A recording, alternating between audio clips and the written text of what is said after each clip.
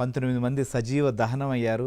అసలు గుర్తుపట్టలేని విధంగా ఆ డెడ్ బాడీలను తీయాలంటే కూడా తాకితే ఎక్కడికక్కడగా పార్ట్లు ఊడిపోయి మొత్తం కూడా ఒక మసి ముద్దలుగా కనిపించినటువంటి దృశ్యాలు చూపర్లను కూడా గుండెను మలిపెట్టినటువంటి పరిస్థితి. సో దీనికి ప్రధాన కారణం ఈ బైక్పై వెళ్తున్నటువంటి ఎర్రస్వామి కావచ్చు, శివశంకర్ వారు పడి ఉండడం వల్ల బైకును ఢీకొందా, లేకపోతే బైకును వెనక నుంచి బస్సు ఢీకొందా అనేటువంటి అంశం పైన చాలా డిస్కషన్స్, చాలామంది చాలా అభిప్రాయాలు ఇవన్నీ కూడా వ్యక్తం చేస్తున్నటువంటి పరిస్థితుల్లో కొన్ని సీసీటీవీ ఫుటేజ్ కూడా వస్తుంది. దీంట్లో కొన్ని ఆసక్తికరమైనటువంటి విషయాలు కూడా వెలుగు చూస్తున్నాయి. ఎస్ ప్రవీణ్, మనం చూసాం కదా సుంకన్న నిన్నటి నుంచి జరుగుతున్నటువంటి వ్యవహారాన్ని కావచ్చు, సీసీటీవీ ఫుటేజ్కి సంబంధించినటువంటి విషయాన్ని ఇవన్నీ కూడా ఎక్స్ప్లెయిన్ చేశారు. ఎందుకంటే దగ్గరలోనే లక్ష్మీపురం అనేటువంటి ప్రాంతం ఉంది. సో అటువైపుగా వీరు వెళ్తున్నారా, లేకపోతే మరో ఊరికి వీళ్ళు పనుల కోసం వెళ్తున్నారా, మొత్తానికైతే మాత్రం ఇద్దరు ప్రయాణం చేస్తున్నటువంటిది.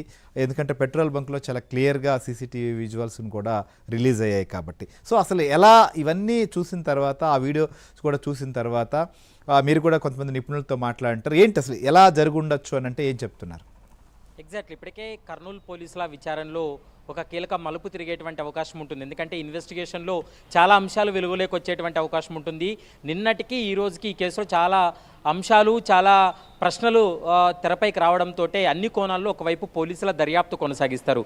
ఇక మీరు ఇప్పటి వరకు అన్నట్లుగా, ఎందుకంటే ఈ ఇన్సిడెంట్ చూసినప్పుడు ప్రధానంగా ఇందులో ఇద్దరు వ్యక్తులను విచారిస్తే పోలీసులకు ఒక క్లారిటీ వస్తుంది.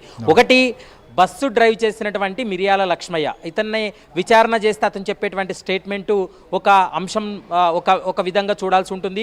మరోవైపు ఎర్రిస్వామి అనేటువంటి వ్యక్తి, ఎందుకంటే బైక్ వెనుక భాగంలో కూర్చున్నటువంటి ఎర్రిస్వామి, ఇతను చెప్పేటువంటి స్టేట్మెంట్ కూడా ఈ కేసులో చాలా కీలకం కాబోతుంది. వీరిద్దరూ చెప్పేటువంటి స్టేట్మెంట్ని ఆధారంగా చేసుకొని ఈ కేసు కీలక మలుపు తిరిగే అవకాశం ఉంటుంది. ఇక మరోవైపు సైంటిఫిక్గా ఎవిడెన్స్ ఏమన్నా సేకరించినా, లేకుంటే సాంకేతికతను ఉపయోగించి ఇన్వెస్టిగేషన్ కొనసాగిస్తే ఈ కేసులో మరికొన్ని అంశాలు కూడా బయటపడేటువంటి అవకాశం ఉంటుంది. ఇందులో మనం గమనించాల్సింది ఏంటంటే, ఒకవేళ బస్సు హైదరాబాద్ నుండి ప్రధానంగా బెంగళూరుకు వెళ్తున్నటువంటి క్రమంలో ఆల్రెడీ ఈ బైకు యాక్సిడెంట్కి గురై పడిపోయి ఉన్న సమయంలో ఒకవేళ బైక్ని మాత్రమే ఢీకొట్టి దాని ద్వారా ఈ బస్సు అంతా కూడా పూర్తిగా తగలబడింది అనేటువంటి ఒక అంశం అయినప్పటికీ కూడా ముందు జరిగినటువంటి ప్రమాదం ఏంటి, ఆ ప్రమాదానికి సంబంధించి ఎర్రిస్వామి ఏం చెప్తాడనేది చాలా కీలకమైనటువంటి అంశం. మరోవైపు ఈ కేసులో మరొక కీలకమైనటువంటి అంశం ఏంటంటే, ఇప్పటివరకు మీరు అన్నట్లుగా సీసీ ఫుటేజ్లో వీళ్ళు ఒక పెట్రోల్ బంక్ దగ్గరికి వెళ్ళినటువంటి సమయంలో వాళ్ళ యొక్క ప్రవర్తన కావచ్చు, వాళ్ళు వ్యవహరించినటువంటి తీరు చూస్తే వాళ్ళు మద్యం మత్తులో ఉన్నారనేటువంటి అనుమానం కూడా ప్రస్తుతం కలుగుతుంది పోలీసులు. కాబట్టి పోలీసులు కూడా ఆ కోణంలో దర్యాప్తు కొనసాగించే అవకాశం ఉంటుంది. ఎందుకంటే ఇప్పుడు బైక్ నడిపి చనిపోయినటువంటి వ్యక్తి శివశంకర్ ఎవరైతే ఉన్నాడో అతని పోస్ట్ మార్టం చేసినటువంటి సమయంలో preliminary post mortem report already పోలీసులకు చేరింటుంది. అందులో డ్రంక్ అండ్ డ్రైవ్లో ఉన్నాడా లేదా అనేటువంటి అంశాన్ని కూడా ఖచ్చితంగా అక్కడ ఉన్నటువంటి వైద్యులు ప్రాథమిక పోస్ట్ మార్టం రిపోర్ట్లో కూడా స్పష్టంగా పేర్కొంటారు. మరోవైపు పూర్తి స్థాయి నివేదిక వచ్చిన తర్వాత, పూర్తి స్థాయి పోస్ట్ మార్టం రిపోర్ట్ వచ్చిన తర్వాత కూడా అతని కండిషన్కి సంబంధించి పూర్తి స్థాయిలో అందులో పొందుపరిచేటువంటి అవకాశం అయితే కనపడుతుంది.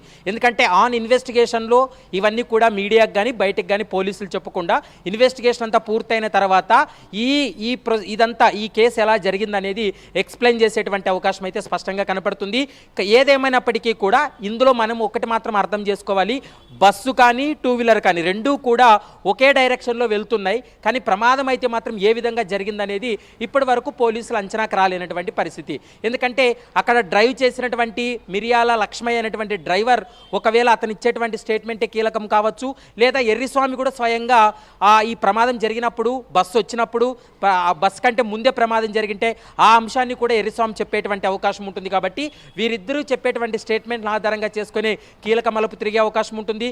లేదా ఇతను బైక్ను డ్రైవ్ చేసేటువంటి శివశంకర్ మద్యం మత్తులో ఉండి తాను ఏదైనా బస్కు అడ్డొచ్చి ఈ ప్రమాదానికి గురి అయిందా, లేకుంటే అంతకుముందు వేరే వెహికల్ ఢీకొట్టిందా, ఇవన్నీ కూడా అనేక ప్రశ్నలు పోలీసుల వద్ద ఉన్నాయి. ఎందుకంటే ప్రమాదం జరిగినటువంటి ప్రాంతంలో ఎలాంటి టెక్నికల్ ఎవిడెన్స్ లేదు. ఎందుకంటే సీసీ కెమెరా ఫుటేజ్ కానీ ఎలాంటి టెక్నికల్ ఎవిడెన్స్ లేదు. కాబట్టే కొద్దిగా ఈ కేసులో లోతైనటువంటి దర్యాప్తు జరిపి చాలా కీలక అంశాలు బయటపడే అవకాశం ఉంటుంది. కీలక మలుపు తిరిగేటువంటి అవకాశం కూడా స్పష్టంగా కనిపిస్తుంది. ఎస్, మీరు అన్నట్లుగా ఖచ్చితంగా ఇప్పటికే ఒక అంచనాకైతే పోలీసులు వచ్చిండే అవకాశం ఉంటుంది. ఎందుకంటే ఒకవైపు లక్ష్మయ్యను కూడా పట్టుకున్నారు, ఆయన్ని కూడా విచారిస్తున్నారు. అలానే ఎర్రస్వామి కూడా పోలీసులు అదుపులోనే వాళ్ళని ఆయన కూడా గుర్తించారు కాబట్టి ఖచ్చితంగా ఆయన కూడా విచారిస్తుంటే రెండింటిని కంపారిజన్ చేసుకోవడం లేదా ఇంకేమైనా డౌట్స్ ఉంటే కూడా వాటిని కూడా క్లారిఫై చేసుకున్న తర్వాత ఒక నిర్ధారణకు వచ్చే అవకాశం ఉంటుంది. మనం చూస్తున్నాం, ఎందుకంటే నిత్యం వేలాది ట్రావెల్స్ బస్సులు తెలుగు రాష్ట్రాల్లో హైదరాబాద్ నుంచి బెంగళూరు కావచ్చు, లేకపోతే బెంగళూరు నుంచి అనేక ప్రాంతాలకు ఇటు చెన్నై కానీ, విశాఖపట్నం, విజయవాడ,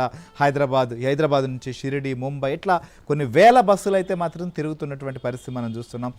ఇలాంటి ప్రమాదాలు జరిగినప్పుడు ఈ విషయం తెరపైకి వస్తుంది, తర్వాత మళ్ళీ సాధారణం అయిపోతుంది. ఇవాళ మనం చూసాం హైదరాబాద్ కేంద్రంగా కూడా తనిఖీలు అవి జరుగుతున్నాయి. ఎలాంటి విషయాలు అసలు వెలుగు చూస్తున్నాయి, ఏ విషయాల్లో కఠినంగా వ్యవహరిస్తే ఇలాంటి ప్రమాదాలను నివారించే అవకాశం ఉంటుంది ప్రవీణ్? ఎగ్జాక్ట్లీ ఈ అంశం చాలా కీలకమైనటువంటి అంశంగా భావించాలి. ఎందుకంటే పాల్యం దుర్ఘటన జరిగినప్పుడు కూడా మనం చూసాం 2013లో జరిగినటువంటి ఇన్సిడెంట్లో కూడా దాదాపు 45 మంది సజీవ దహనమైనటువంటి పరిస్థితి కనపడింది. 45 మంది ప్రయాణికులు బస్సులో ఇప్పుడు ఏ విధంగా వాళ్ళు సజీవ దహనమయ్యారో అదేవిధంగా బస్సులో ఉన్నటువంటి 45 మంది ప్రాణాలు కోల్పోయినటువంటి సంఘటన మనం చూసాం. ఆ సంఘటన ఇంకా మరొక ముందే, ఎందుకంటే 2013 నుంచి ఇప్పటి వరకు ఏ చిన్న యాక్సిడెంట్ జరిగినా కూడా పాల్యం దుర్ఘటన మనకు గుర్తొస్తూ ఉంటుంది. కానీ 2013లో ఈ సంఘటన జరిగిన తర్వాత 2013 డిసెంబర్ తర్వాత పూర్తి స్థాయిలో అప్పుడు ఉమ్మడి ఆంధ్రప్రదేశ్లో అన్ని రకాల చర్యలు తీసుకున్నారు. చాలా వెహికల్స్ ఏదైతే పర్మిట్ లేని వెహికల్స్ కావచ్చు, మరోవైపు ఫిట్నెస్ లేనటువంటి వెహికల్స్